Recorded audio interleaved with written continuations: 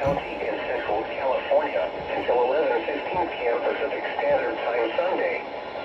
At 11:20 p.m. Pacific Standard Time, County dispatch reported the levees near Wilton Road and bridge on the Cosumas River near Wilton are in a state of imminent failure, causing flash flooding of immediately surrounding areas. Hazard: life-threatening flash flooding from a levee failure.